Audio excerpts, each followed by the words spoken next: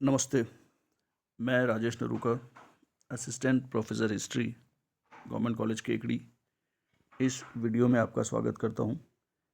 BA part first के second paper प्राचीन भारत का इतिहास में ऋग्वैदिक सभ्यता के बारे में अध्ययन किया जाएगा। सिंधु घाटी की सभ्यता के पश्चात भारत में वैदिक सभ्यता का विकास हुआ और अध्ययन की दृष्टि से वैदिक सभ्यता को सामान्यतः दो भागों में पढ़ा जाता है।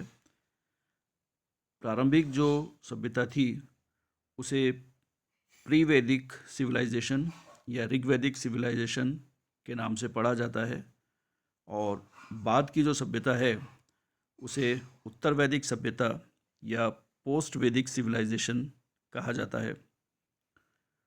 मूल रूप से ऋग्वेद की जो प्रारंभिक सभ्यता थी उसके काल को 1500 से लेकर 1000 BCE बिफोर कॉमन एरा माना जाता है और इसके पश्चात उत्तर वैदिक सभ्यता का विकास हुआ।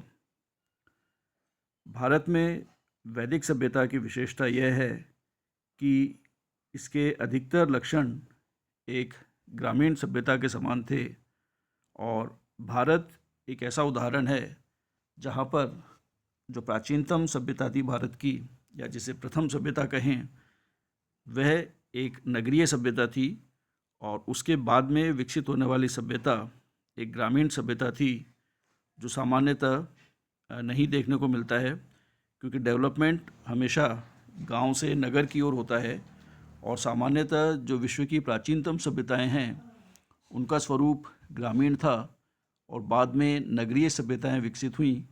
लेकिन भारत के संदर्भ में यह कहा जा सकता है कि भारत की जो प्राचीनतम सभ्यता सिंधु घाटी की सभ्यता थी वह एक नगरीय सभ्यता थी, जबकि ऋग्वैदिक सभ्यता के अधिकतर लक्षण एक ग्रामीण सभ्यता के समान थे। किसी भी सभ्यता के अध्ययन में मुख्य रूप से 4 चीज़ें पढ़ी जाती हैं और उसी के अंतर्गत राजनैतिक जीवन, आर्थिक, सामाजिक और धार्मिक जीवन का सामान्यतः अध्ययन किया जाता है। ऋग्वैदिक सभ्यता के राजनीतिक जीवन के बारे में यह कहा जा सकता है कि उस समय तक जो जन हैं उनका विकास हो चुका था। जन वास्तव में एक ऐसे भूभाग को कहा जाता था जो कि बाकी के भूभाग से अलग होता था और किसी एक शासक के अधीन हुआ करता था।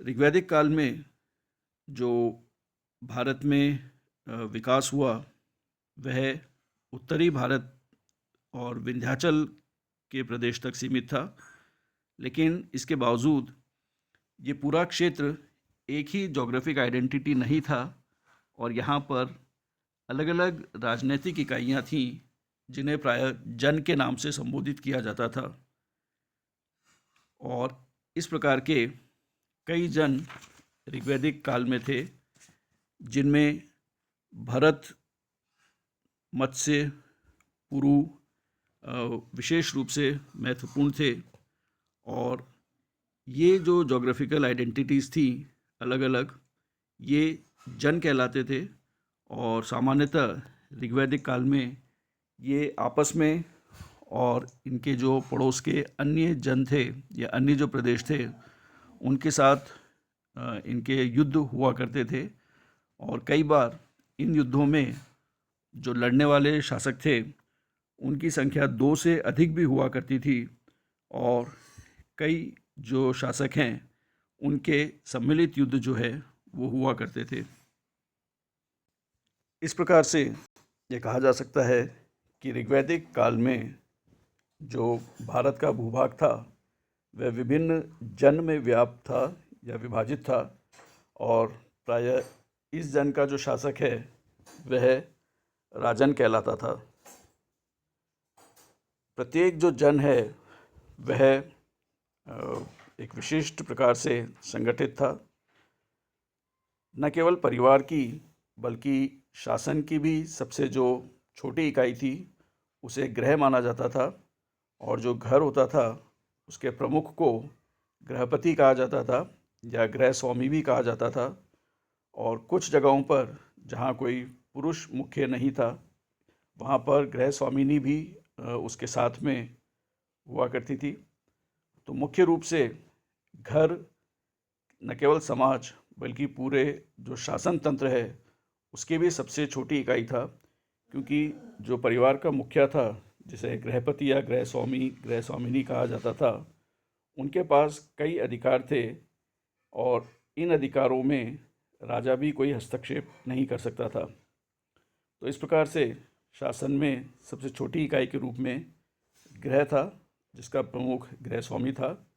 और इस प्रकार के कई ग्रह मिलकर के एक ग्राम का निर्माण किया करते थे, जो कि ग्रामीणी के द्वारा शासित हुआ करता था। कई ग्राम, कुछ जगहों पर इसकी संख्या 20 दी गई है। इनके मिलने से एक विष का निर्माण होता था और इसके प्रमुख को विषपति कहा जाता था। और कई विषों के मिलने से एक जन का निर्माण होता था, जिसका प्रमुख राजन हुआ करता था। इस प्रकार से शासन को सुविधाजनक बनाने के लिए और इसकी सुविधाओं का लाभ सभी लोगों को देने के लिए शासन को अलग अलग जो यूनिट्स हैं, डिविजन्स हैं, उनमें बांटा गया था, जिससे कि शासन व्यवस्था को सुचारू रूप से सभी जगहों पर उपलब्ध कराया जा सके। ऋग्वैदिक काल में शासन पद्धति के बारे में सामान्यतः यह माना जाता है कि उस समय राजतंत्रात्मक शासन व्यवस्था थी, क्योंकि जो विभिन्न जन थे उनका प्रमुख राजन था और उस समय पर राजतंत्र के शासन की व्यवस्था संभवतः रही होगी। और यह जो संस्था थी वह वंशानुगत राज्याधिकार की परंपरा के अधीन थी, जिसमें राजा की मृत्यु होने के पश्चात उसका जो ज्येष्ठ पुत्र है वह अगला शासक या राजा हुआ करता था। कुछ इतिहासकारों का यह भी मानना है कि राजा का अंतिम निर्वाचन प्रजा के द्वारा किया जाता था।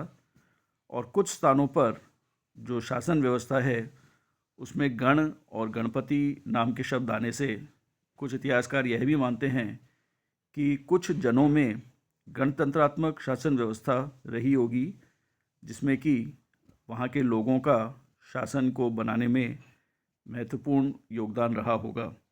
लेकिन निश्चित रूप से इस व्यवस्था के बारे में नहीं कहा जा सकता और सामान्यतः यही माना जाता है कि ऋग्वैदिक काल में राजतंत्रात्मक शासन व्यवस्था का प्रचलन था।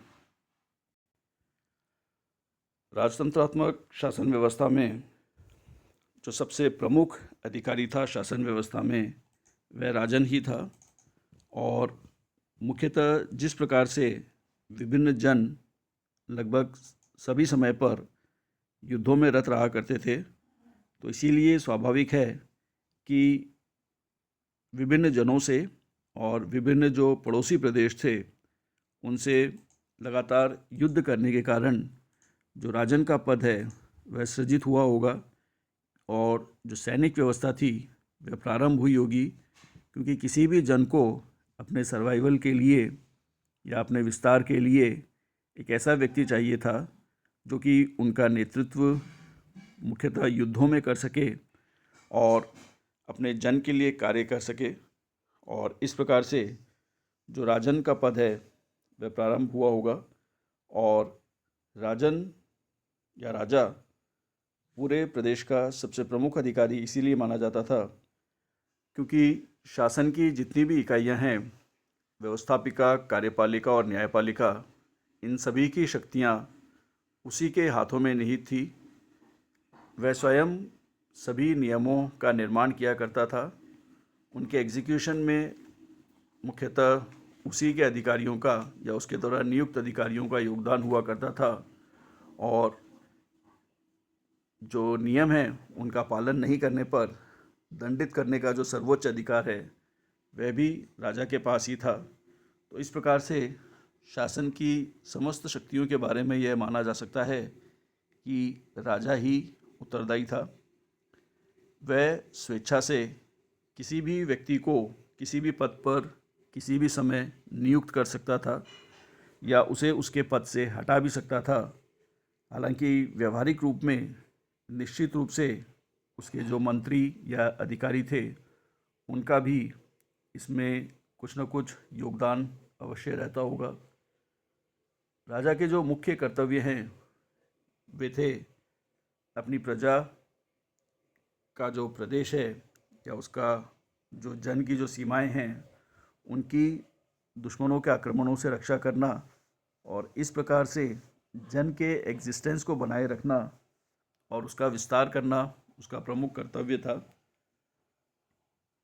प्रजा की संपत्ति की रक्षा बाह्य और भीतर दोनों जगहों से करना राजा का महत्वपूर्ण कर्तव्य था और अपनी प्रजा के विकास के लिए विभिन्न निर्माण कार्य एवं अन्य कार्य करना उसका एक प्रमुख दायित्व हुआ करता था। और विभिन्न नियमों की पालना नहीं करने पर जो व्यक्ति मुख्य रूप से उत्तरदायी थे उन्हें दंडित करने का अधिकार भी या ये जो कार्य है वह भी राजा का हुआ करता था। और इस प्रकार से यह माना जा सकता है कि राजा सबसे महत्वपूर्ण अधिकारी था। प्रशासन के कार्य को सुचारू रूप से करने के लिए राजा के सहयोग के लिए विभिन्न अधिकारियों को भी नियुक्त किया गया था, जिनकी जानकारी अगले वीडियो में ली जाएगी।